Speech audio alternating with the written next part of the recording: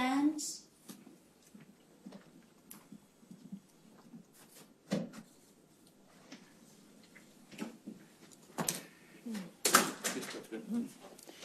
Your Honour and Commissioner Milroy, today commences part 3 of the case study, and we will hear from the witnesses from Victoria, and we have today the witnesses and their legal representatives here. Does Your Honour wish to hear appearances? Yes. Who do we have? If the Commission pleases, I appear with Ms Arben Beer for the State of Victoria.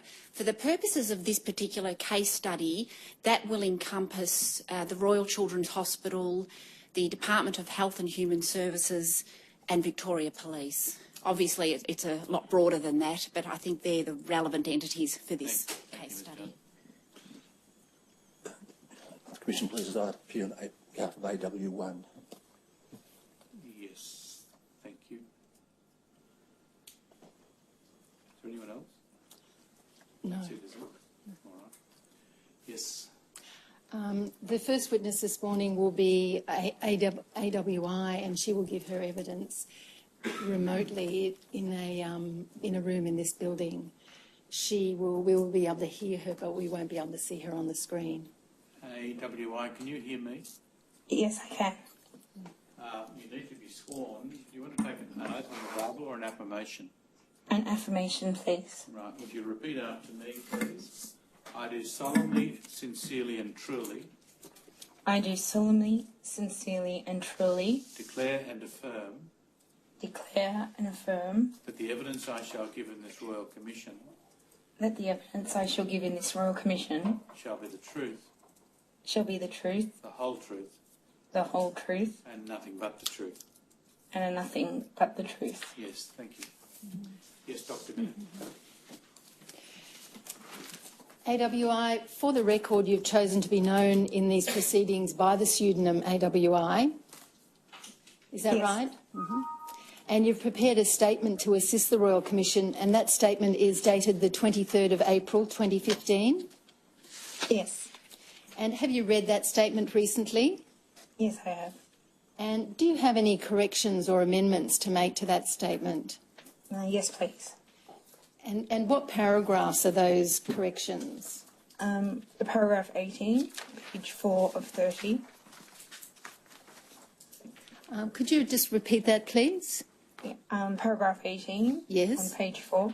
Yes. On or around 27th of April 1981, when I was 12. I would like when I was 12 to be added. Okay, when I was 12, after the comma then. Yes. Thank you. Where is the next amendment? And on page 93. Paragraph 90. Page 23, paragraph 93.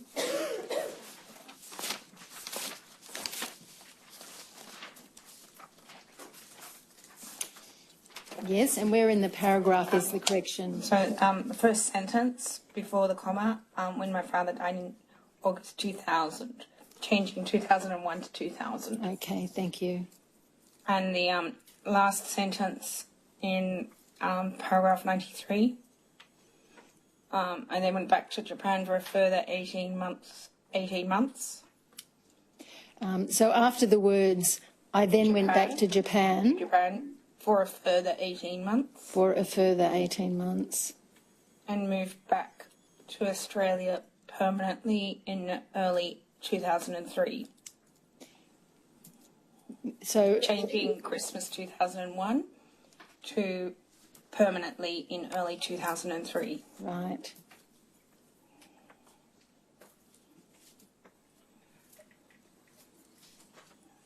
So that last sentence will read, I then went back to Japan for a further 18 months and moved back to Australia permanently in early 2003. That's right. And is that the last correction you wish to make? Yes. So, including those corrections you've just made, does this statement, is it a true and accurate statement to the best of your knowledge? Yes, it is. I now ask you to read that statement onto the record. Okay. My full name, is AWI, and I am 46 years of age. I'm the eldest of 7 children, coming from a loving and happy family environment. I was a very polite and trusting child growing up. I was well behaved and never questioned adults or authority. When speaking to adults, I would often refer to them by their last name, as Mr. or Mrs. I was educated at a Catholic primary and secondary school. At primary school, I was a popular child, and despite occasional bouts of asthma, I was physically outgoing, enjoying regular boat trips and sailing races, supported particularly by my father. I had 4 siblings through my primary school years, and we always actively played together. My grades were also good, and I loved going to school. In 1981, I entered a girls' convent secondary school. I was again considered to be a fairly popular student. I was honoured from year 8 to be voted class captain every year for a term, and in my final year of school was voted Student Teacher Council President. At this time I was educated in the convent school. I do not recall ever being educated about sex other than from a biological perspective. On or around 1987 to 1990, I entered Monash University's arts degree, where I did a Bachelor of Arts, Politics, Japanese and Language Studies. On or around 1981 to 1992, I became the recipient of an Australian Government Scholarship, where I completed a Master of Arts, Asian and Japanese Studies, Language Studies, at Monash University, and completed part of my thesis at Rikyo University in Tokyo. After I submitted my master's thesis, I returned to Japan for a 3rd time to pursue my career. Throughout my career, I held various positions in Japan within Japanese companies, including sales and marketing assistant, a contractor in translation and business development, Asian regional manager, brand ambassador based in Tokyo, and founder, managing director of a market entry consulting business. I'm currently an international trade consultant advising in the Japanese market, business development and investment from Australia, a position I've held since April 2004. Childhood medical health. During my childhood, particularly from the age of 5 to 14 or 15, I suffered from chronic asthma. My first episode of acute asthma was at 5 years of age, which lasted 5 days. My asthma had a pattern where I would have an episode of acute asthma once in 3 months. The episodes of acute asthma were usually triggered by a viral infection or exercise. Since I was about 8 years of age, I had fairly constant wheezing or shortness of breath on a daily basis, and have been in and out of the Royal Children's Hospital, RCHM, for this illness throughout my childhood. The treatment for my asthma since then has been oral puffers. My family has a long history with asthma. After many admissions to RCHM, I went to an allergy specialist, and my asthma became manageable. Although I've had bouts of asthma during my adulthood, I've pretty much grown out of asthma. On or around the 6th of August 1980, when I was 11 years of age and in Year 6, I was first admitted to the RCHM for stabilisation of asthma. I was discharged on 11th of August 1980. At that stage, it was very difficult to control my asthma, which was triggered easily and without warning.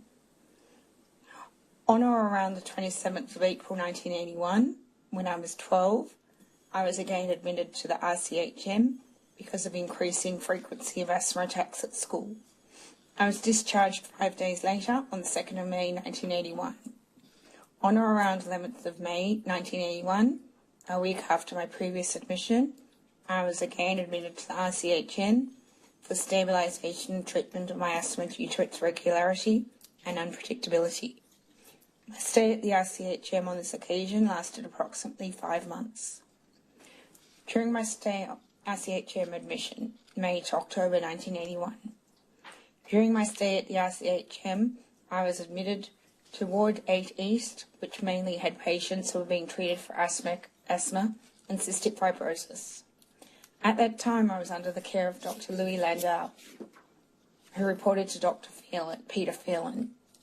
I believe Dr. Peter Phelan was the head of the respiratory ward and the doctor in charge of my care. Dr. Louis Landau was under the direction of Dr. Phelan. I was also in the care of Sister Lawrence, Sister Beatrice, Dr. Bishop, who was a head psychiatrist, and a person who I understood to be a child psychologist. whose name I recall as being Sarah. I did not recall having regular visitors during the day at the RCHM. My mum had 4 other children to care for and was heavily pregnant with her 6th child at that time. In those days, I believe the hospital had stricter visiting hours, but I have been told that some of my peers visited me at times. I also recall my father visiting me on the way home from work. The RCHM eventually started letting me go home on weekend, leave to return on Monday or Sunday night. However, I only recall going home 2 or 3 times in this period. While I was at RCHM, the teachers from my school regularly provided work to try and help me keep up, and my student friends sent me cards saying they prayed for my recovery every day. The RCHM didn't have a school on the ground floor of the hospital, which was available for long-term inpatients. For various reasons, I don't have a recollection of going to the school more than just a few times. However, I do recall doing schoolwork that I was given on my bed. Whilst I spent most of my time in Ward 8 East during my last month or so at the Children's Hospital, I contracted golden staph infection and was put in isolation ward on the 4th floor. After the golden staph was treated, I did not go back to 8 East Ward, as I was too distressed to go back, and it was for this reason I believe the medical staff decided it was best to put me into 2 North, which was a psychiatric ward. After approximately 5 months at the Children's Hospital, my parents finally insisted that I be discharged from the RCHM and sought alternative treatments for my asthma. Description of the ward. I recall the Ward 8 respiratory ward had a number of children with cystic fibrosis. The other children in my area were AWL, AWM and AWN. I recall another male with cystic fibrosis who was probably 14 years old. I don't remember his full name, but remember the location of his bed. I don't remember his name, but remember the location of his bed. I also recall female triplets with cystic fibrosis who were around 7 to 8 years old. The younger children were in another room of the ward located closest to the playroom. In the room of the ward that I was in, there were 6 to 8 beds that were facing each other.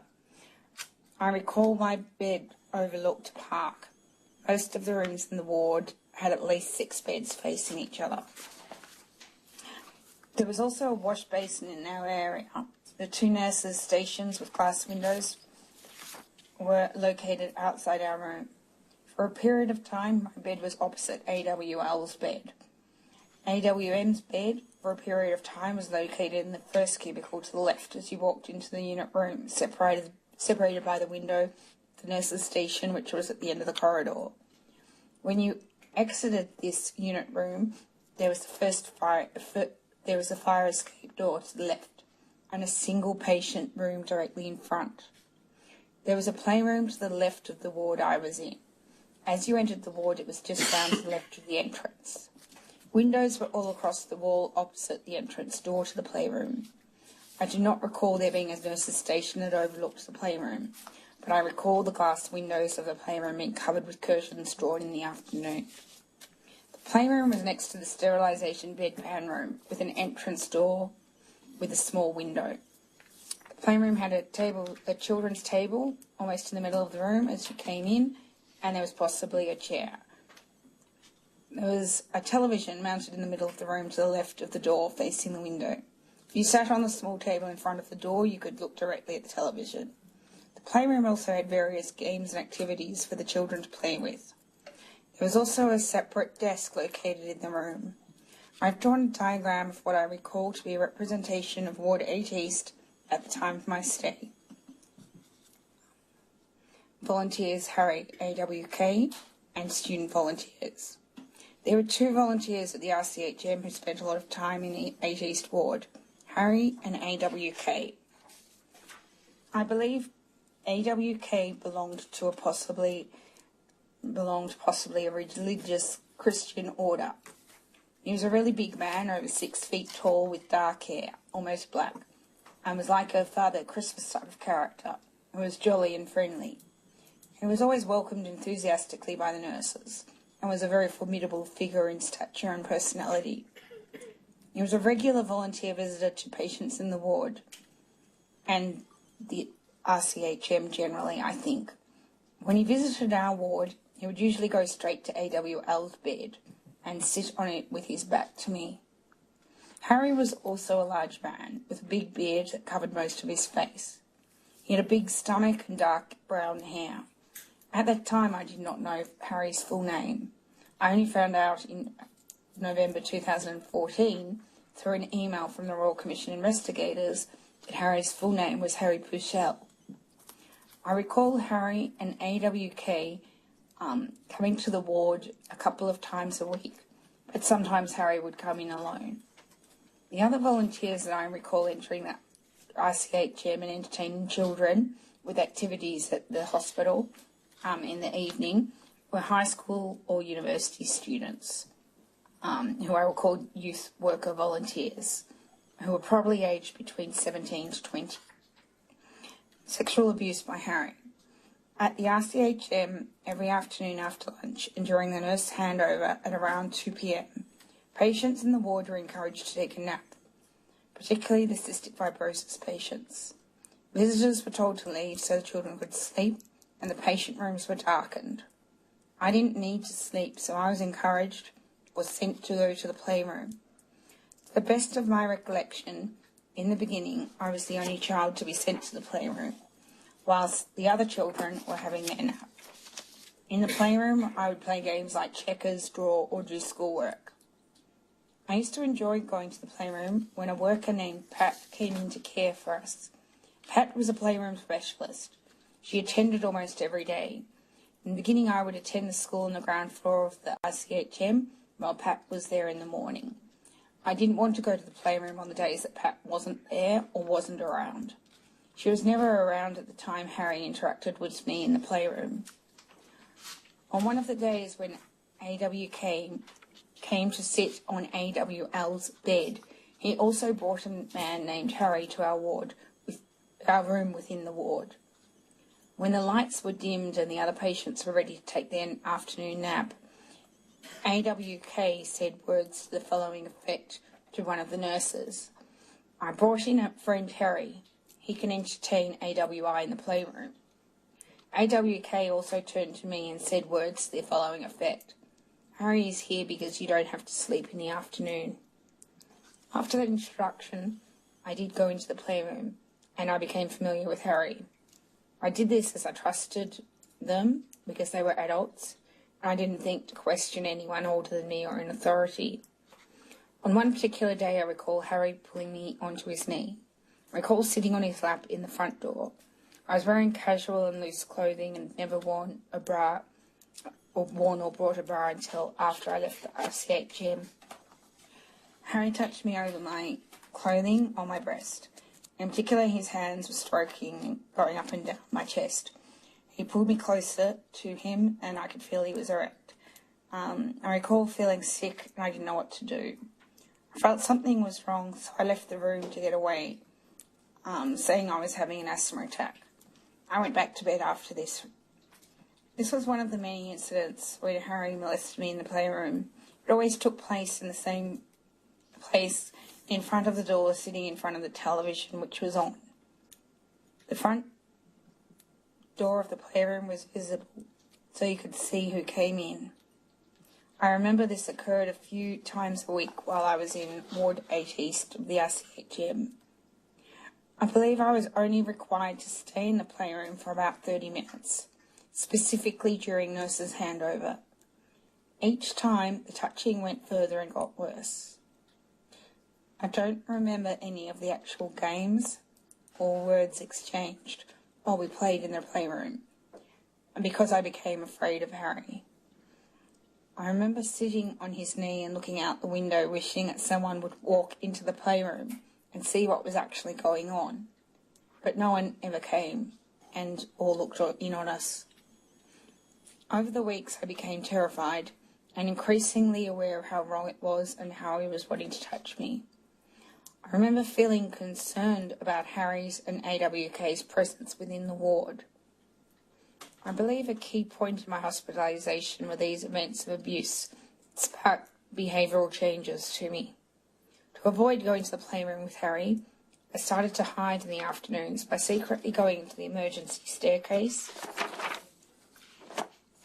and into the bedpan sterilisation room. I probably chose the sterilisation room because it was just next to the playroom, so I could slip in there instead of going a few extra metres and turning right towards the playroom. Since the exit door was visible from the corridor, I only managed to sneak through the door on a few occasions. When AWL was moved into a single room, he would often let me hide in the cupboard in his room. My other friend, AWM, didn't like going to the playroom either. She would often say to me words to the effect, "You need to hide when Harry comes in, or to get sicker, so you don't have to go to the playroom with him." She showed me how to make it seem like I had a temperature or fever by rubbing one of the old-fashioned glass thermometers on my clothing to get the mercury up from the friction so it looked like I had a high temperature. Typically, the nurses would take our temperature and record these 2 or 3 times a day.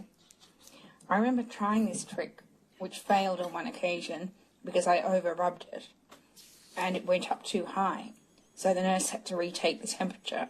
I was subsequently caught out doing this by medical staff and got into trouble. Another strategy that I tried in order to be considered too ill to go to the playroom with Harry was unscrewing the plastic nebulizer and emptying out the ventolin used in the respirator pump. Typically, I would have a pump every 4 to 6 hours. It was only the pump after lunch where I felt the need to make myself sick in order to remain in my cubicle. So it was only after this pump and during the nurse's handover that the playroom would be empty of patients, or the playroom specialist staff pat. This is when I would be left alone in the playroom with Harry, with no other people around or supervision from the RCHM staff. I started to get in trouble a lot for hiding, and on one occasion tried to leave RCHM because I was so unhappy. I remember also getting in trouble and being scolded by Dr. Phelan and the nurses. Dr. Phelan banned me from going to lunch once a week with my grandparents for always going missing. Other behavioural changes included refusing to or avoiding to taking regular showers, refusing to wash my hair and brush my teeth. Again, I thought this change in behaviour would have alerted the RCHM staff to make further inquiries on why I was behaving in such a manner. It's possible that there was a complaint made by one of the patients or their parents complained about my hygiene and appearance, as I remember Sister Lawrence taking me to one of the bathrooms with a long bathtub. I was made to strip down and get into a bath. I remember her not washing but scrubbing my scalp and hair to clean me.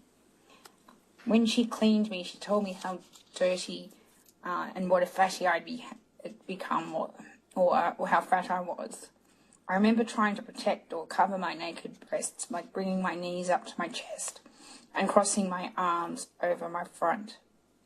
With the exception of the sexual abuse and the touching of my body, it was one of the most undignified experiences of my life. I was embarrassed and made to feel ashamed and very self-conscious about my body. In my last few months at the RCHM, I contracted golden staph. After I contracted golden staph and was put into isolation ward, I never saw Harry again. Sexual abuse by a male youth worker volunteer. I remember one evening, some of the patients from Ward 8 East of the RCHM were sent to another ward to play activities with the youth worker volunteers. From memory, the evening's play activities took place in a section of the RCHM that was for physiotherapy and outpatient consultations. We had spent the evening playing various games like tag. Then the sardines game was proposed. Sardines is a game that children of my time played at birthday parties or at school.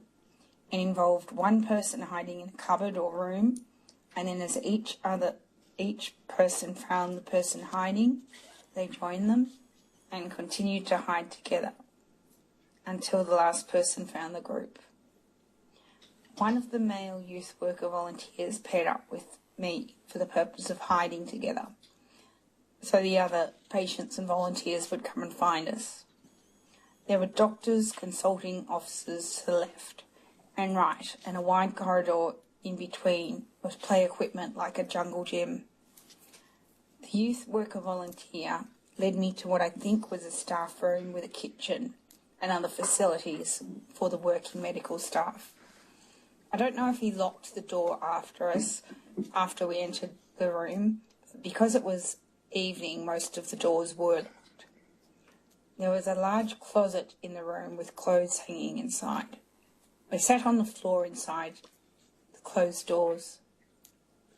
I recall him saying to me words to the effect, "You have to be really quiet because of the game.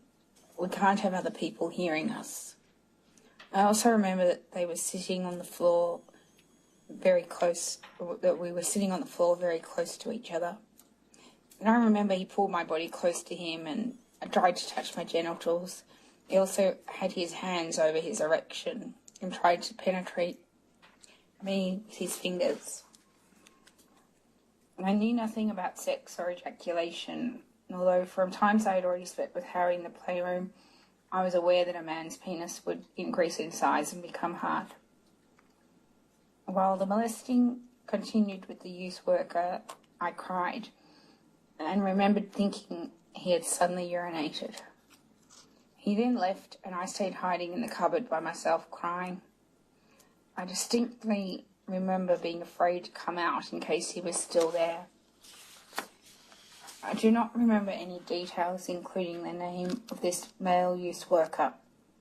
It took me at least 12 years for me to understand that the youth worker volunteer on that night had in fact ejaculated and not wet himself by urinating.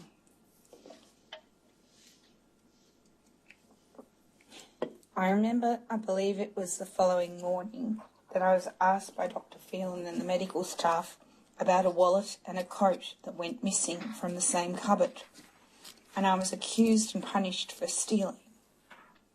As punishment, my parents were forbidden from visiting me for 3 days, and I was confined to my bed or cubicle, which I didn't mind, since at least that way I didn't have to go to the playroom and interact with Harry. I did, however, mind being accused of something I hadn't done, particularly as awful as stealing. I recall at or around this time, after this incident, I wanted to die. One day I obtained scissors, and I tried to cut my wrists in the bedpan room by using the scissors to put scratches across my wrists.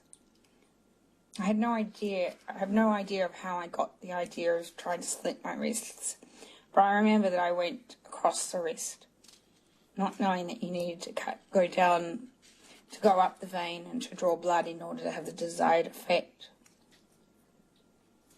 At that time, a nurse found me and scolded me. I think she said something to the effect of, "What are you doing, you silly girl, playing tic-tac-toe on yourself?" In hindsight, I acknowledge that this could have been an attention-seeking act to alert the nurses of my unhappiness and to get away from Harry. At that time, I felt I would rather die than have Harry molest me again, or any other man. When I look back, it was certainly a way for me crying out for help. I will never understand why no one from the RCHM addressed it with me. I would have thought this would have been the type of thing that the social worker, psychologist staff, Sarah, whose office I would visit for counselling whilst I was there, would have asked me about. I recall I used to see Sarah whilst at the RCHM for various sessions of about 45 minutes, where we would sit in her consulting room in silence with minimal communication. I cannot recall how regularly I would see her. I was never asked by her about my stay at the hospital or how I was feeling. I never thought at the time that she was available to disclose anything to me. I felt that this lady did not do anything to facilitate me telling her about my abuse at the RCHM. Attempt to disclose sexual abuse to the RCHM and others. After I was released from RCHM, I thought about the sexual abuse regularly. Recalling the abuse has often been all-consuming, and rarely a day has passed without thinking of the past abuse. It was always on my mind that Harry and AWK could still be at the RCHM, and because of my abuse was not reported, there could be other young patients being targeted. I also worried about the youth worker volunteer who abused me, but felt helpless with regard to his identification, and wondered if people would even believe me. When I was approximately 14 to 15, Mum took me to see a local GP, Dr. John Hurst, who practiced around the corner from where we were living. I recall Dr. Hurst had a bushy beard that reminded me of Harry. I later found out that Dr. Hurst raised concerns with my mother as to whether I'd been sexually abused because of my behaviour. To my horror, my mother once asked me if my father had ever touched me inappropriately. I was furious at this suggestion. The accusation that my father could have done something inappropriate towards me was confusing and confronting. For years I wanted to tell them, my parents, the truth, but was so ashamed to have to explain how I had been molested. When I was approximately 16 and in Year 10 in 1984, I recall seeing the mother of the 3 triplets that were in the RCHM with cystic fibrosis. I was attending the main hospital area to have one of my regular blood tests to check the dosage of medication. Every time I had to return to the hospital for blood tests, I was always on high alert and afraid of seeing Harry again. I knew that if I went to the hospital in the early morning for a blood test, then it would be safer. When I saw the mother of the triplets, the memory of Harry triggered a sense of being scared. I somehow wanted to warn them about the volunteers at the RCHM. I knew I wanted to do something about it, and therefore wanted to call the Children's Hospital to warn them about AWK and Harry in particular.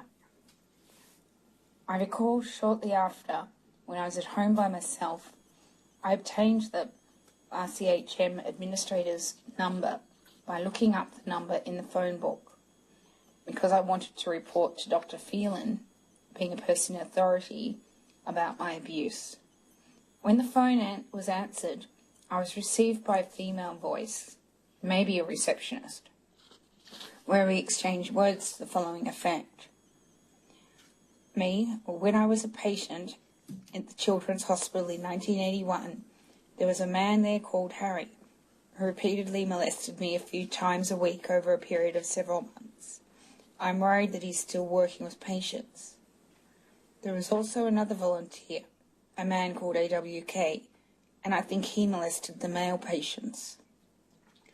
I recall she interrupted me, was very rude, and with an annoyed and abrupt tone said something to the effect of, "Hold on, I will put you on hold." I felt the coldness in her voice and sensed that she didn't believe me. I considered my accusation as either untrue or a waste of her time. When she put me on hold, I then lost my initial confidence. I became afraid. I must have been so frightened that I hung up the phone.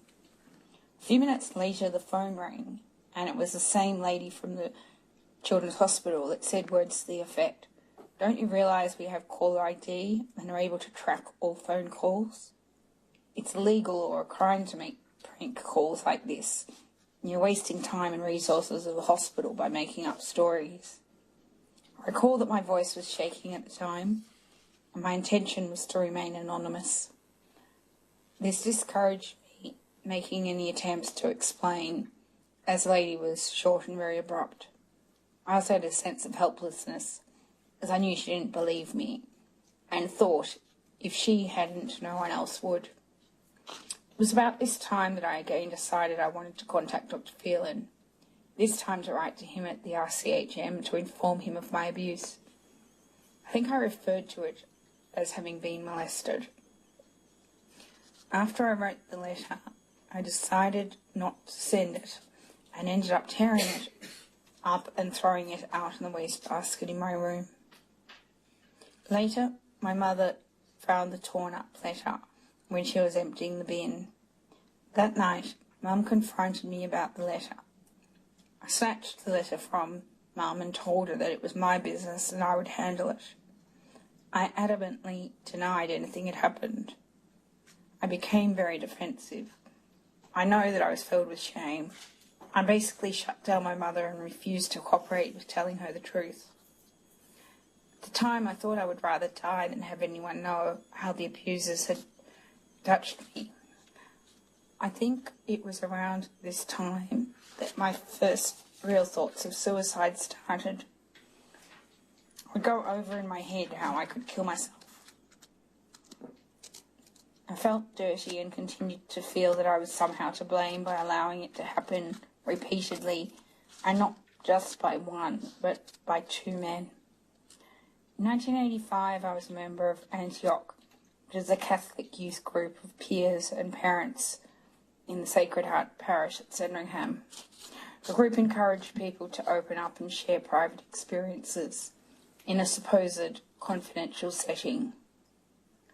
Whilst at a group meeting, there I spoke to the group about my abuse, whilst at the RCHM, and how it had affected me.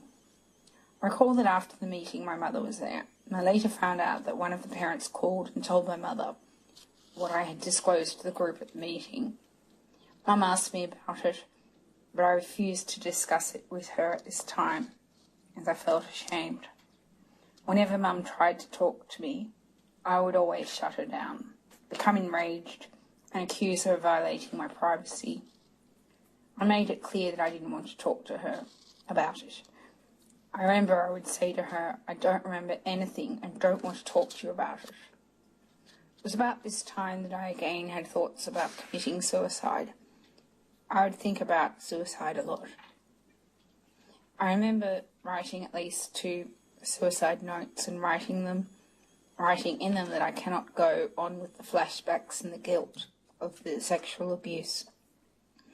I thought about writing descriptively about both of the abusers, who would then make people, including the police and hospital executives, investigate my allegations of abuse and take them seriously. I was always aware that because of the status of the hospital and appreciation so many people have for the treatment and support their children had received, that I may not be believed. I thought the best outcome would be that Harry and AWK would be found and go to jail. And if I died, at least this might be proof and lead authorities to take the matter seriously. I also thought that if they investigated, they could potentially review my patient records at the Children's Hospital and confirm my story by reading the notes and seeing the emergence of behavioural signs consistent with sexual abuse. Mum later told me that she was able to connect the suspicions that Dr. Hurst had made her aware of when he told her he believed that I'd been interfered with. I only asked Mum for the first time recently about this, and we exchanged words to the following effect. Me, why didn't you ever report my suspected abuse to the RCHM? She replied, I tried to phone Dr. Phelan's office on a number of occasions at that time, but he wouldn't take any of my calls or return them. In approximately 1993 or 94, when I was in my first relationship with my first boyfriend, I disclosed the abuse to him and he encouraged me to write another letter to Dr. Phelan at the Children's Hospital. In part, the reason for my boyfriend in encouraging me to officially inform the RCHM was in an effort to achieve closure and to stop the guilt associated with thinking that Harry and or AWK were still working as volunteers at the RCHM and molesting or abusing other patients. My boyfriend was also concerned by my night outbursts of fear and sweating and often crying out for Mum. I would also moan in my sleep as if in pain, and wake with stomach aches and distressed. My nightmares were uncontrollable and my distress very clear. In my nightmares, I could always see Harry's face so vividly. I recall that I wrote and sent the letter, but I do not know if Dr. Phelan ever received it, or if he was in fact working there at the time, because I never received a response and did not attempt to follow it up. Also, in fairness to the hospital, I may not have disclosed my identity. However, I would have certainly included Harry and AWK's names. Report and disclosure to RCHM in 1997. When I was living and working in Japan in 1997, I was again in a healthy and loving relationship. I was encouraged by my boyfriend at the time to report my abuse. He had witnessed my night terrors and the overall effect of the abuse it had on me. With his support, I felt that I was mentally strong at the time to again attempt to report the abuse. On or around 15th of December 1997, I looked up the details of Chief Executive Officer, CEO, of the RCHM on the internet and found the name Dr. John DeCampo. With the encouragement of my partner, I decided to write an email to Dr. DeCampo, setting out the abuse that happened to me at the RCHM. I believe this was sent by snail mail at the time with my letter attached, and as well as sending it by email. The overall objectives of writing and reporting the abuse to the RCHM for me was for it to be taken seriously, to inform the hospital and to make sure Harry in particular was no longer working at the RCHM or having access to children or adolescents, for it to be treated confidentially and to ensure that no child abuse happens again at the RCHM. I thought at the time that pressing charges would be difficult, given over 16 years had passed, and because of the statute of limitations. When I say charges, I mean criminal charges against Harry, and taking legal action against the RCHM for their failure and duty of care was not something that was on my mind at all. I also didn't have any intention of communicating my story to the media, because I didn't want it to affect my personal or professional reputation by getting into the wrong hands. I also didn't want it to seem like I was wanting money. Overall, I didn't want other children to have the experience I had, and a fear of going to RCHM. I also wanted to try and represent the voices of those terminally ill children who may have been violated, since I was always confident that at least 3 other patients had been inappropriately touched in a sexual or physical manner. Despite providing my phone number that is, at the bottom of my letter, I never received a phone call from Dr. DeCampo or anyone else at the Children's Hospital. I thought at the time that surely the CEO would immediately contact me by telephone in regards to my claims allegations. I received a reply from Dr. DeCampo. Whilst there is no clear date on the email, I believe this was sent a few days later whilst I was still in Japan before I returned to Australia for the Christmas break on or around the 23rd or 24th of December 1997. I remember Dr. DeCampo asking for my name. I expected at the time that he wanted my full name to access my personal medical records at the RCHM, to see my pattern of behaviour that might go to make sense of the allegations. When Dr. DeCampo said, "I have commenced an investigation with very senior staff, including experts in the area," I wasn't sure exactly what that meant, but I did think this meant he was taking it seriously. On or around a few days later, I replied to Dr. DeCampo. that is, I replied to his email reply. Again, there is no clear date on the email. I believe I would have still been in Japan at the time. My email reply to Dr. DeCampo provided specific details, such as my full name, and details of the time at the RCHM for the purpose of the investigation. I wanted to assist the RCHM to try and track down Harry. I wanted to provide them with all the information for them to locate him and didn't want to get the RCHM into trouble.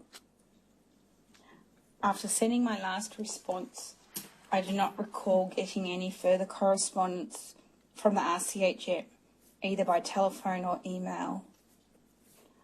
I have been shown an email from Dr. DeCampo informing me that he had information on AWK. I do not recall receiving this email. It's possible I didn't have access to my Japanese email in Australia, and it's also possible that it got deleted due to the passage of time when I returned to Japan. I would have recalled this email as it would have been critical to me, as it shows they were taking, that is, the Royal Children's Hospital were taking my complaint and the investigation seriously. At the time, I thought there was no further response from the RCHM and put it down to them not being able to identify Harry or AWK. I have been shown another email from Dr. DeCampo asking me to contact his office on my arrival in Melbourne or to email him to make a time for us to meet.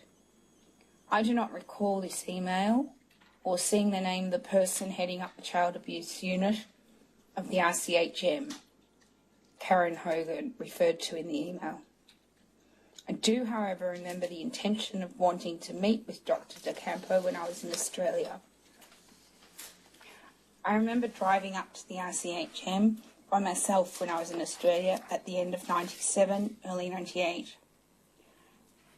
But I parked in front of the RCHM and did not have the courage to go in. At the time, it did not occur to me that Harry could still be working at the RCHM. I've been shown a further email that was sent by Dr. DeCampo to me.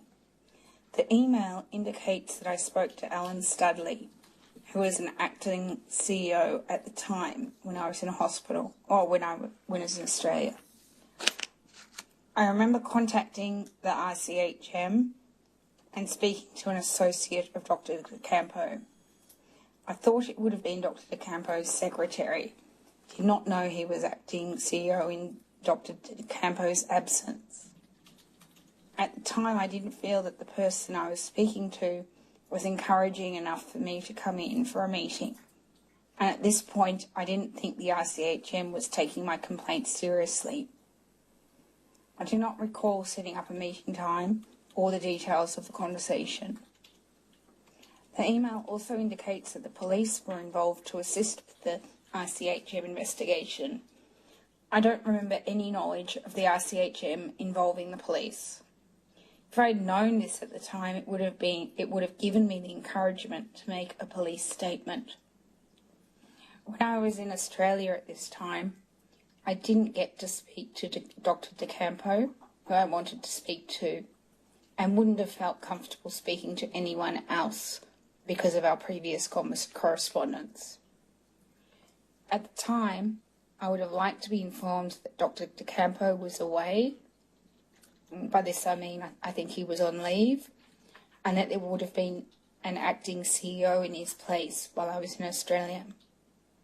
I also would have liked Dr. DeCampo to show more sensitivity and kindness in his responses to me.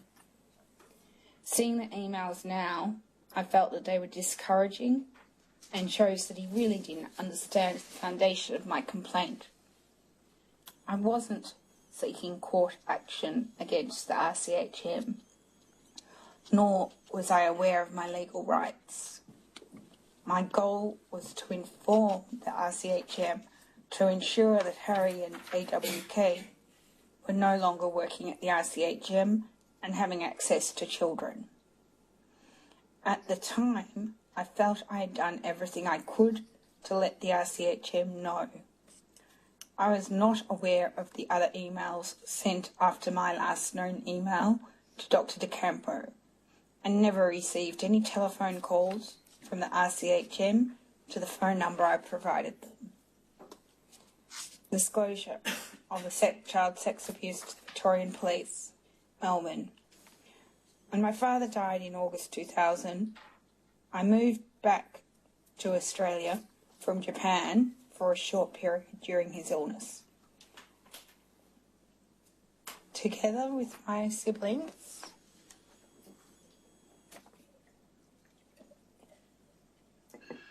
we all moved into the family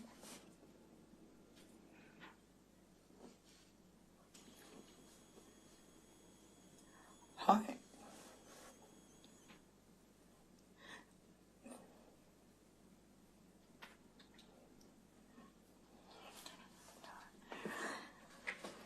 And sat by his side during his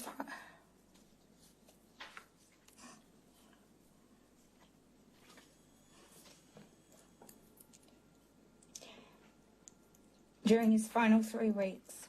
This also meant that I had a lot of time on my hands to recall my hospital experience and go over and over the abuse I had endured in 1981 and in the years following.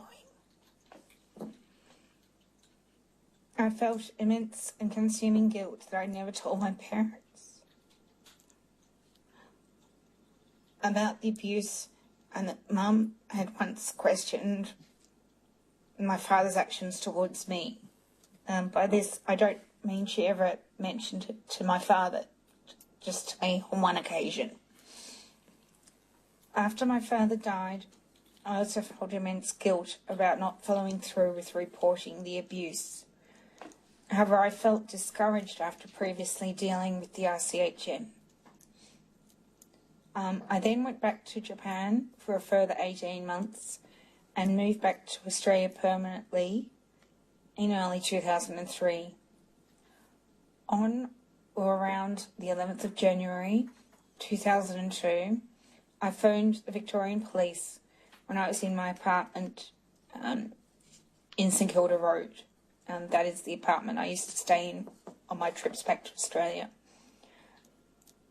I recall that I spoke to Constable Rossi and Constable Christine O'Hare, who I'll refer to as Miss O'Hare, and the police attended my apartment to speak to me about my abuse. I wanted to report my abuse to the police to make sure Harry and AWK were not working at the RCHM anymore, and to also report that the RCHM had a history of abuse. On or about June 2002, Miss O'Hare emailed me to tell me that they had details of a volunteer that was dismissed from the RCHM, and that she had obtained documents in relation to my correspondence with Dr. DeCampo in 1998. During this time, Miss O'Hare and I had various email correspondence in relation to the Victorian Police investigations. Through our correspondence, I discovered that a volunteer by the name of Harry was dismissed from the RCHM after receipt of my letter. By letter, I mean my email. That is the email I sent in 1987. It was unconfirmed whether this man, Harry, was the same man that I reported, but Miss O'Hare was confident that it was. The police informed me that they had a photo of Harry and asked if I could view it on a trip back to Australia. At first, I really wanted to see the photo and to confirm it was him and that he was dead. Then I decided that psychologically it could be more harmful than beneficial, since my image of Harry is so clear in my head with my recurring nightmares. When I read the email, I was shocked to hear that Harry was stood down after my email to Dr. DeCampo, or by that I mean as a result of my email to Dr. DeCampo. It was the first time I had heard it. Whilst I was happy that Harry was no longer working at the ICHM, I again felt immense guilt for not disclosing it to the ICHM sooner, as I didn't think he would be working at the ICHM after all this time. It made me very angry to learn that the RCHM had discovered Harry's identity and simply stood him down without reporting my emails to the police and without informing me, so I could have at least had the chance or opportunity to seek justice.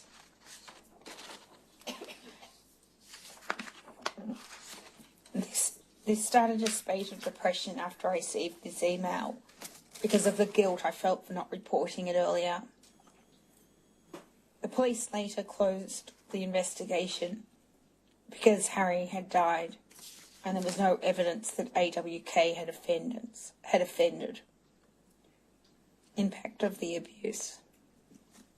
The sexual abuse at the ICHM has given me a long-term fear of hospitals, getting medical treatment and dealing with medical staff. When I was 17, I had an accident in the city and an ambulance was called. I recall at the time I was terrified of being transported to the Children's Hospital and refused to stay in the hospital overnight. I insisted that a friend stay with me at all times and had a complete medical shutdown when asked by paramedics and medical staff for personal and medical information. To this day, I'm still feared of being treated in a hospital setting and don't know how I would handle it if I had to stay overnight. I feel that I would still have overwhelming fear of being in the hospital environment and being left alone with any hospital and medical staff, as it would trigger memories of my abuse. Even walking into the Royal Children's Hospital triggers anxiety attacks. The last few years I had to accompany a family to the emergency ward and assist them with interpreting into English. Entering the doors of the RCHM was one of the hardest things I've ever had to do. And I had to keep going outside to calm myself down while the family waited to see a doctor. It was only because I was helping a really sick child and family who needed me that I managed to walk through the hospital doors and to help them through the initial diagnosis. When the child was moved to a ward, I left the hospital and told them it would be best that we spoke by phone if they needed help with communication. Sexual abuse at the Children's Hospital has also resulted in me being self-conscious and having intimacy issues with men throughout my adult life. Up until I was in my mid-20s, I found it difficult to be physically and sexually intimate with men because of what happened to me. I was afraid of physical intimacy and being touched because of the flashbacks of the abuse. I've only had a few serious relationships and still at times find it difficult to have an intimate relationship because of memories of the abuse. I've been called frigid and at times a tease. So in my mid-20s I created stories and let it spread that I planned to be a virgin until I married. And I often worried that I would never have a normal intimate relationship. The relationship with my father, in particular my father and mother over the years, has been distant and strained. I felt guilt and regret that I was never able to give my dad a natural, big, loving, affectionate hug. I've struggled with thoughts that perhaps my mother could have visited me more or noticed my behaviour more in hospital, even though I understand that that she was physically unable to at that time. Even today, holding my mother's hand and showing natural affection seems awkward to me when I compare myself to how my other siblings interact with her.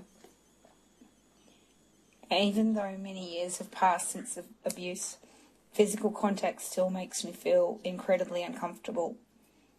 I was also aware that I'm and I'm also aware that I'm unable naturally to hug other people when greeting them platonically, even platonically. Even today, I still feel uncomfortable about greeting even family with a hug or a kiss, hello or goodbye. I have trouble sleeping and suffer from night terrors from sexual abuse that happened to me at the hospital. My nightmares and distressed sleeping patterns have been disturbing for my previous partners and have prevented me from sleeping at night over the years. The nightmares that have continued to haunt me as I've battled nightmares have continued to haunt me as I've battled through feelings of regret and guilt about whether I had not taken the opportunity to stop Harry from potentially and more likely than not harming other children. Over the years, I've suffered from bouts of depression, frustration and anger over the past, having all-consuming thoughts of sexual abuse and how I was treated by the Royal Children's Hospital. I'm now dependent on antidepressants and sleeping tablets to deal with the anxiety, sleep, and the feelings I have about the abuse and reporting it. I now take nightly medication, Seroquel and Seropax, a sleeping tablet, and together they seem to work well. Although Seroquel is traditionally used to treat with schizophrenia, it is also used to treat other conditions. It has the effect to stop the mind from obsessing over uncontrollable thoughts and seems to keep me balanced. Taking this medication makes my sleeping less disturbed and nightmares more controllable. When I returned to Australia in 2003, and after Dad's death, which was in 2000, I had a mental breakdown as I tried to psychologically address all my past demons. I was unable to get out of bed, was extremely withdrawn and clearly depressed. The knowledge that Harry had continued to stay working with children for nearly 20 years consumed me. I was hospitalised, or rather in and out of medical clinics for approximately a total of 8 months, being treated for anxiety attacks and depression. I was treated with high doses of Xanax that I became addicted to. At this time, my anxiety was extreme, with regular, uncontrollable panic attacks and outbursts of hot sweats and anxiety. In 2003, I thought about committing suicide and different ways of killing myself, including throwing myself off the Westgate Bridge. I wrote various suicide notes that documented the fact that I could not live with the haunting memories any longer. At that stage, I stopped socialising, wanting to go out and be around other people. The anxiety attacks definitely impacted my ability to interact not only with strangers, but even family and friends, and took away years of my life, with me choosing solitude over mixing with people. Dating has continued to be a struggle, and I'm not sure if I'll ever be able to trust someone enough to pursue a serious long-term relationship with them. I'm hoping that as a consequence of the Royal Commission's inquiry, I'll be able to look forward to the future and build a life of good memories instead of having the past haunt me. During this time, I mean the time that I was suffering from depression back in 2003, 2004, just to clarify, Mum found a doctor in Geelong who hospitalised me for extended periods in a local clinic and tried various medications and regular counselling to get my depression, suicidal thoughts, anxiety under control. During my hospitalisation there, they got the medication right. The suicidal thoughts have now subsided.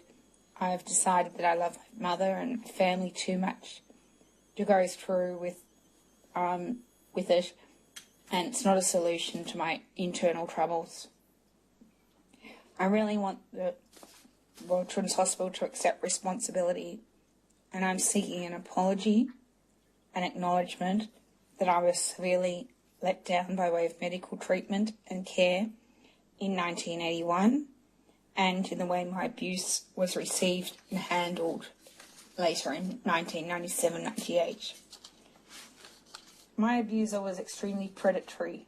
He targeted unwell, vulnerable and isolated children who were being cared for by a benevolent institution, the Royal Children's Hospital, which has a reputable and charitable status within the Melbourne community, Australia and internationally. Volunteering on the respiratory ward meant that the abusers knew the real possibility that their victims and their stories may pass away. I believe that this particular class of children are particularly vulnerable, and a higher standard of care needs to be put in place in places such as the Children's Hospital, where people are less likely to expect or suspect that abuse and wrongdoing is taking place. I would hope that with today's training, psychologists at the Royal Children's Hospital, Melbourne would be aware of behavioural changes and signs to suggest that a patient or child is being sexually abused, and somehow create a forum or a safe place for them to confide in a counsellor or psychologist. It continues to puzzle me as to why Sarah or any of the medical professionals of the Royal Children's Hospital did not pick up on my behaviour at the time. However, on reflection, perhaps it was the case of the time or era in which I was abused. The professional staff did not have the training or experience to enable them to suspect child abuse. I believe that I should not have been forced into a situation where I was with a male volunteer by myself as a young girl in a room with no other supervision or safeguards. The abuse I suffered at the Royal Children's Hospital still haunts me, and the effects are something that I've carried with me through my adulthood. I want to make sure that through my story that other vulnerable young children are protected and hospitals are a safe place for children in the future. Thank you, AWI. Do you have anything you wish to add to that statement? I've just written a paragraph that Yes, summarises the emails I sent to the hospital and the hospital's response or lack of response to those emails. I think my allegations by email to the Royal Children's Hospital were deliberately concealed, and the Royal Children's Hospital just hoped I'd go away. They took advantage of the fears expressed in my emails. The Royal Children's Hospital staff didn't respect or appreciate the ongoing trauma or courage it took for me to contact them. There was no kindness or support shown in Dr. DeCampo's replies. Instead, the emails suggest my allegations cannot be proven. It took little encouragement for me to disclose my identity to Dr. DeCampo, and with encouragement or support, I would have had the confidence to go to the police to at least ensure that Harry was questioned. I feel that the Royal Children's Hospital, namely Dr. DeCampo, deprived me of the opportunity to seek justice. That's all. Yeah. Thank you. Do either of you have any questions? No questions, Your Honour. No questions. Yes. Thank you, Ms. AWI. Thank you for recounting your story to us. You are now formally excused. Thank you. Your Honour, I tender that statement. It's Exhibit 2725.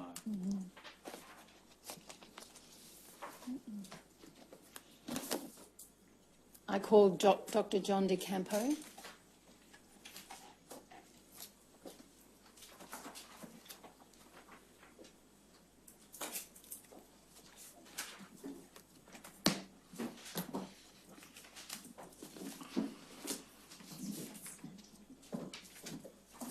Would you take an oath on the Bible or an affirmation? Bible. Would you hold the Bible in your hand, please? Repeat after me. I swear by Almighty God I swear by Almighty God that the evidence I shall give in this Royal Commission The evidence I shall give in this Royal Commission shall be the truth, shall be the truth, the whole truth, the whole truth, and nothing but and the nothing truth. but the truth. Yes, thank you. Take a seat.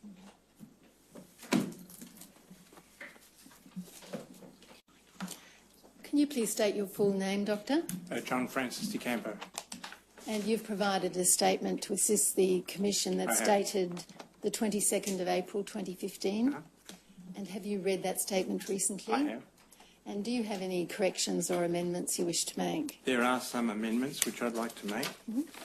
And what are the paragraphs in which they're to be made?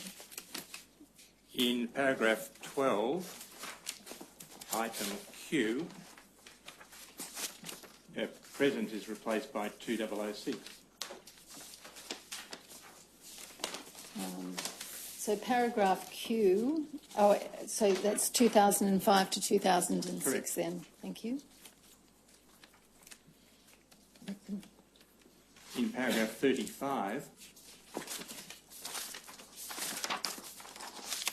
in the last numerals in that paragraph, after RMH dot, there are 3 zeros too, not the 2 zeros which are printed in the Yes. document. And the next And paragraph? in paragraph 38, third line, 17 December 1997 is the correct date.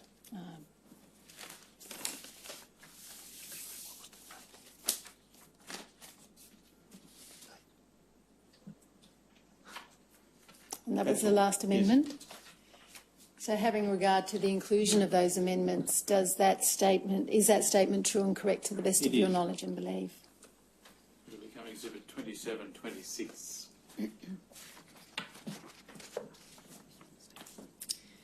Doctor, can you tell the Commission what qualifications you hold? I'm a Bachelor of Medicine Surgery, a Fellow of the Royal Australian College of Radiologists, a Master's degree in Health Administration, and I'm a former Fellow of the Royal Australian College of Medical Administrators. And what position do you currently hold? I'm currently a radiologist. I have appointments at the Epworth Hospital in Melbourne and with various hospitals controlled by the Primary Health Organisation.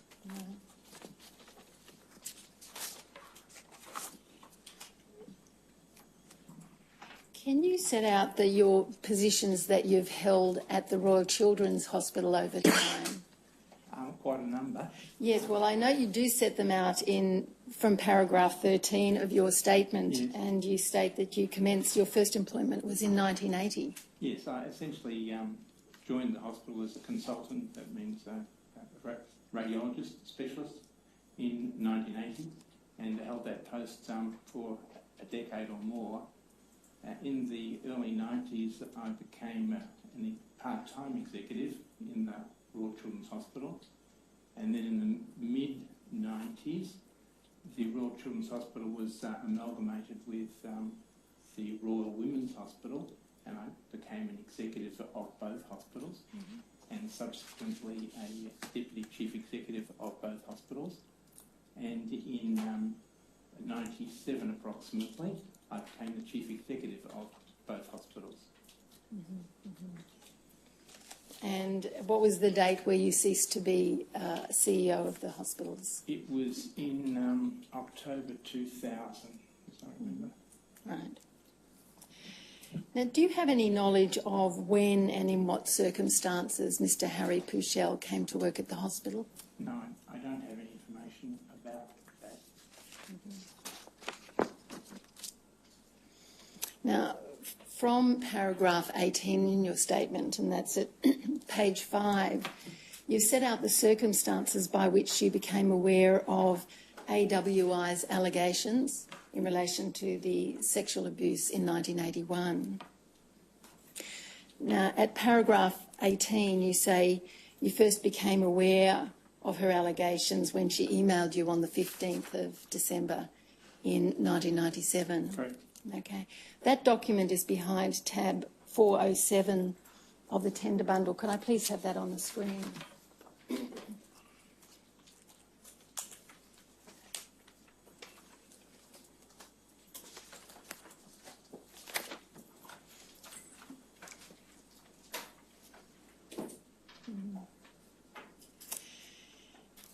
You can see the date there, the 15th of December, and that's the document that you received. That's correct. If you look down there at the third paragraph of that document, AWI has said that the matter, she has stated there that the matter relates to her stay at the hospital in 1981 and that she was 13 at the time. Correct. Now, halfway down that paragraph, she explains why it is she delayed in making a complaint to you. And I'll just ask you to agree with that or not. She states, "For years after I left, I blocked out the time I spent in hospital and refused to discuss it, mainly because of the unpleasant experiences I encountered." I Which just can't see that on the screen. Is it the That paragraph is- starts with what words? The paragraph starts, "The matter relates to Okay, my got it. stay." Thank you. And I'm reading from, Yes, I can see that now. yes, "Mainly because of the unpleasant experiences I encountered, which undoubtedly made my condition worse, and moreover, I understand led to speculation or conclusions that I was mentally unbalanced." Now, did you understand that as being an explanation of why she had delayed in making her complaints to you? Not really. I think that I took the whole. I wouldn't have made an assessment based on the one sentence. I don't think there's a two-page letter, and I'm not sure of the question really. Can I just ask you to move that microphone a little bit closer to you? Yeah, sure. Did you can? Yeah, And maybe just a little bit further again, just, yeah, certainly. thank you. Right. Following that sentence, she says, "Without going into any more detail at the moment, the purpose of this message is to ask for your assistance and support in dealing with what happened 16 years ago and has effectively haunted me ever since." What did you take that to mean? That AWI was a person who was distressed and had finally decided that she wanted to disclose what happened to her to me. And that she was asking for assistance and support? That's exactly what she says. Yeah. Now, at the beginning of the next paragraph, she says, "While I was staying at the Royal Children's Hospital, I was sexually molested almost from the time I was admitted until the time I contracted golden staph infection." So you'd agree from that moment you knew that what she was alleging was serious criminal conduct? Correct. Now, staying within that paragraph, about halfway down the paragraph and halfway across the line, she says, "With the small amount that I can recall about him," and can you see where I'm reading Yes. from there? "I would appreciate it if you could commission an investigation to find out if he is still working with children, or even let me know if someone else has ever pressed charges against him." So you'd agree there she's broadly concerned that he is might be still working with children somewhere. Certainly. And at the end of that paragraph she says, "It is simply for my own peace of mind and to know that I've done something to at least try to ensure he is no longer working with children." Yes. Yeah. Now, in this email to you, at the top of the paragraph that follows that, she stated, "His name is Harry." So again, from that time, you knew that his name was Harry. I did. And then if you go down to, I think it's the 6th line there, she's referred to his volunteer work and to playing and entertaining the patients. So again, from this point in time, there's an indication that this Harry might have been a volunteer worker at the hospital. Now, if you scroll down to the next page, the second page of this document, and if you could scroll down to the third paragraph, which commences, I therefore hope you will treat this matter with the degree of seriousness I believe it deserves. I can only trust that you will respect my confidence and find this man and ensure that he is no longer working with children and adolescents.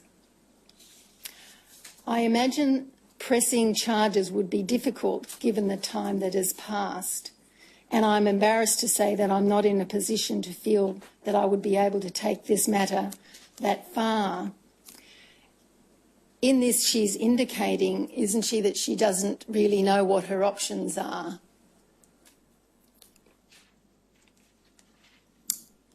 Well, I don't want to put words into her mouth. Her words are there.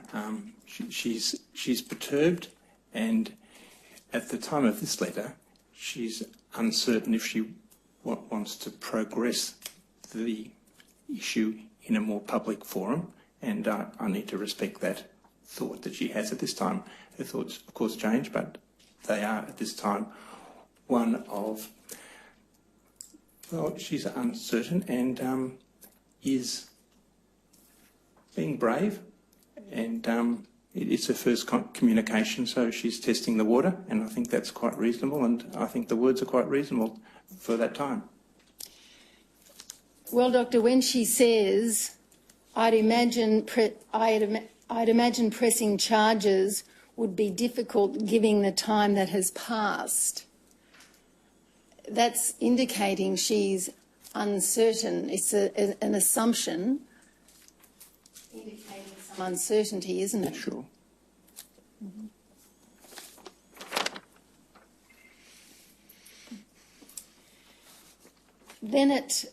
Then at paragraph 19 of your statement, you set out a number of elements that came from that particular email there. Correct. Yeah. Now, at paragraph 21, you state that you replied to AWI on the 15th of December, and this was either on the same day or 2 days later. Now, that document is behind tab 408, and could I please have that document on the screen?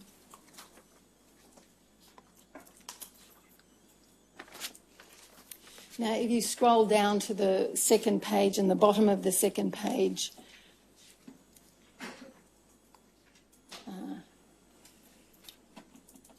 yes, the very bottom there, I think.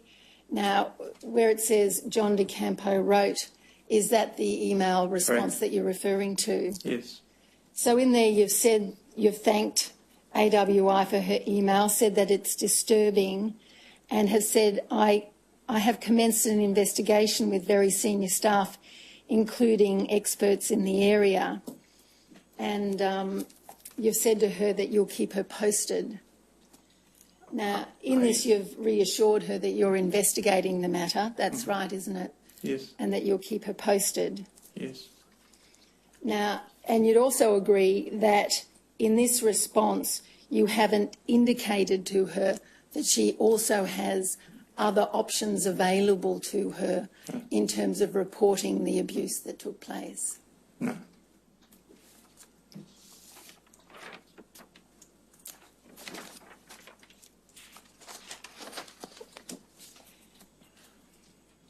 At paragraph 22 of your statement, you refer to AWI responding and replying to your email. Now, in fact, that response is still in document number 408, so could I please have that same document on the screen?